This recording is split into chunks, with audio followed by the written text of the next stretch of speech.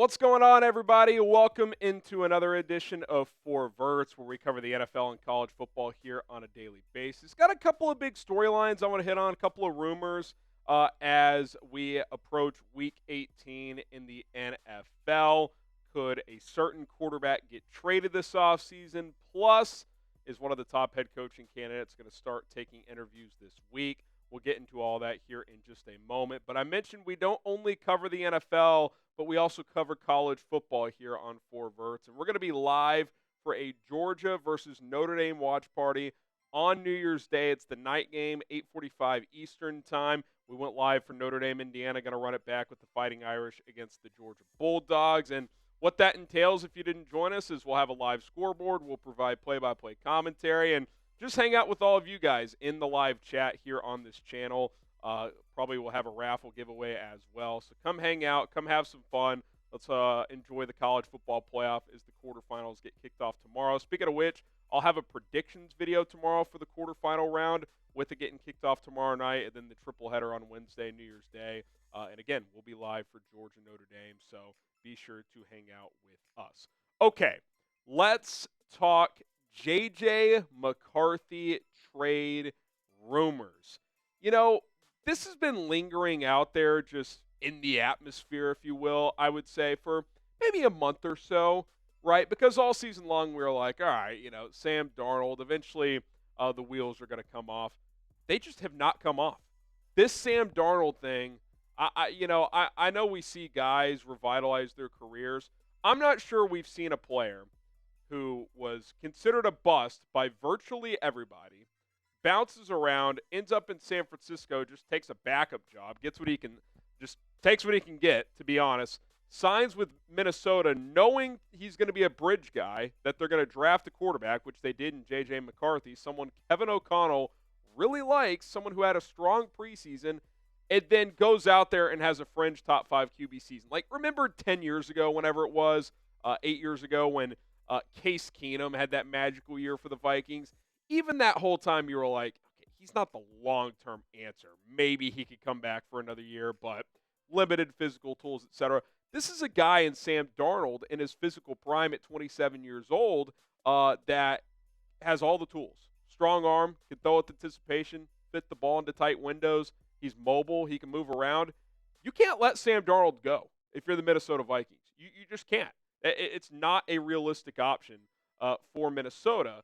So the question then turns to, well, two parts. One, how much is Darnold going to cost?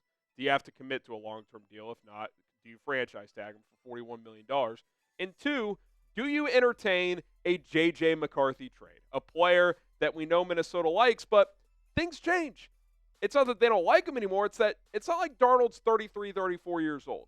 He's 27 years old. I talked about this yesterday. The whole point of this is to find a franchise quarterback, and when you do, you've got your guy. Now, is it possible that Darnold regresses some in the future? Of course, this is by far the best year of his career, but he's in a QB-friendly offense. He has weapons galore. He has a head coach who believes in him. He has a team that believes in him. If you watch that locker room celebration after that went over the Packers, they're all going crazy for him after he went 3 for 3 on the drive to put the game away. Like, he's had an unbelievable season. It doesn't feel like a flash in the pan. So, again, the question is, what type of contract are you going to give him? And what does that mean for JJ McCarthy, who missed this year with the torn MCL, had a second procedure at some point, isn't going to be available until at least the spring. If all things are equal, even if you just franchise tag him, Darnold's going to be the starter next year. So do you just keep him around and sit him? Or do you float him out there on the trade market and see what you can get for him? Because the Vikings do not have a lot of trade capital right now. So let's just explore some teams that can make sense. Because remember, this is not viewed as a super strong QB draft. You've got Shedeur Sanders and Cam Ward, who will likely go in the top 10. But there's a very real chance there won't be another single quarterback that goes in the first round. Maybe Jalen Milroe if he has a strong pre-draft process. But with Carson Beck having a down year and having that elbow surgery, I don't think he goes in the first round. I don't think Quinn Ewers is a first-round pick unless some team falls in love with him if he has a huge college football playoff. Dylan Gabriel, I think he's a middle-round guy. J.J. McCarthy, is going to have value if you put him on the open market. I think you could get a first-round pick. You got teams like the Raiders who have won 2 in a row and probably aren't going to be in range to draft Shedeur or Cam, so they would either have to trade up for one of those guys, or do you just trade the 7th or 8th pick for JJ McCarthy straight up? How about the Saints sitting with the number 10 pick right now? Spencer Rattler is intriguing, but more so as a backup.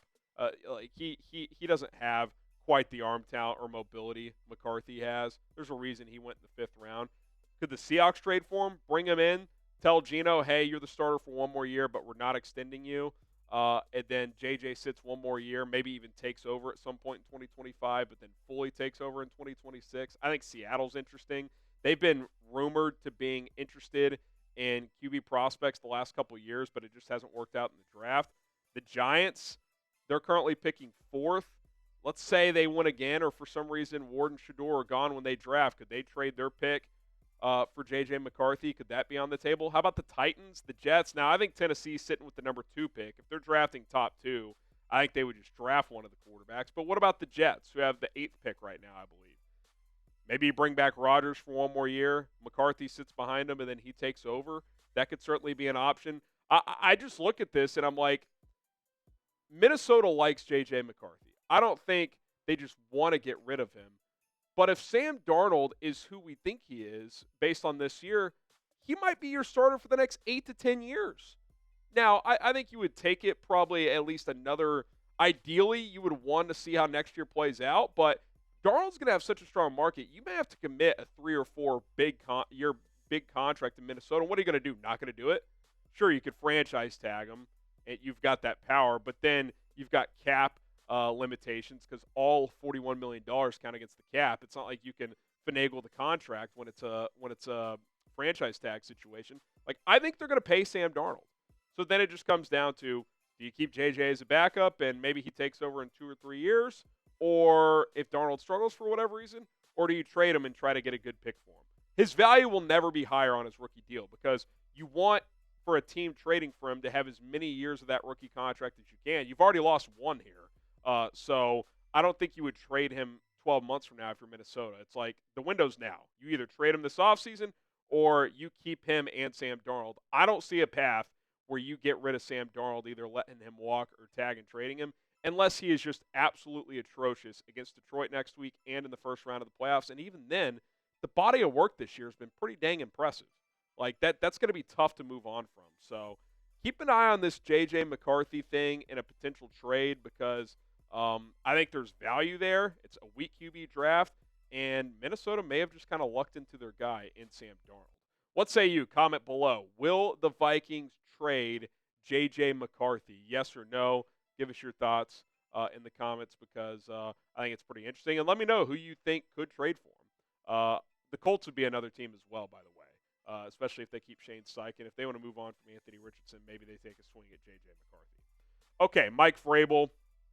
Adam Schefter reported that his contract with the Browns, he's been consulting with them this year, expired today, Monday, if you're watching on Monday, which means he's now free to interview for jobs. And most people believe he's going to be a strong candidate for a lot of different teams, the Bears, the Jets, other potential openings, Jacksonville, if that opens up. If Dallas pivoted from Mike McCarthy, I think he'd be a strong candidate there.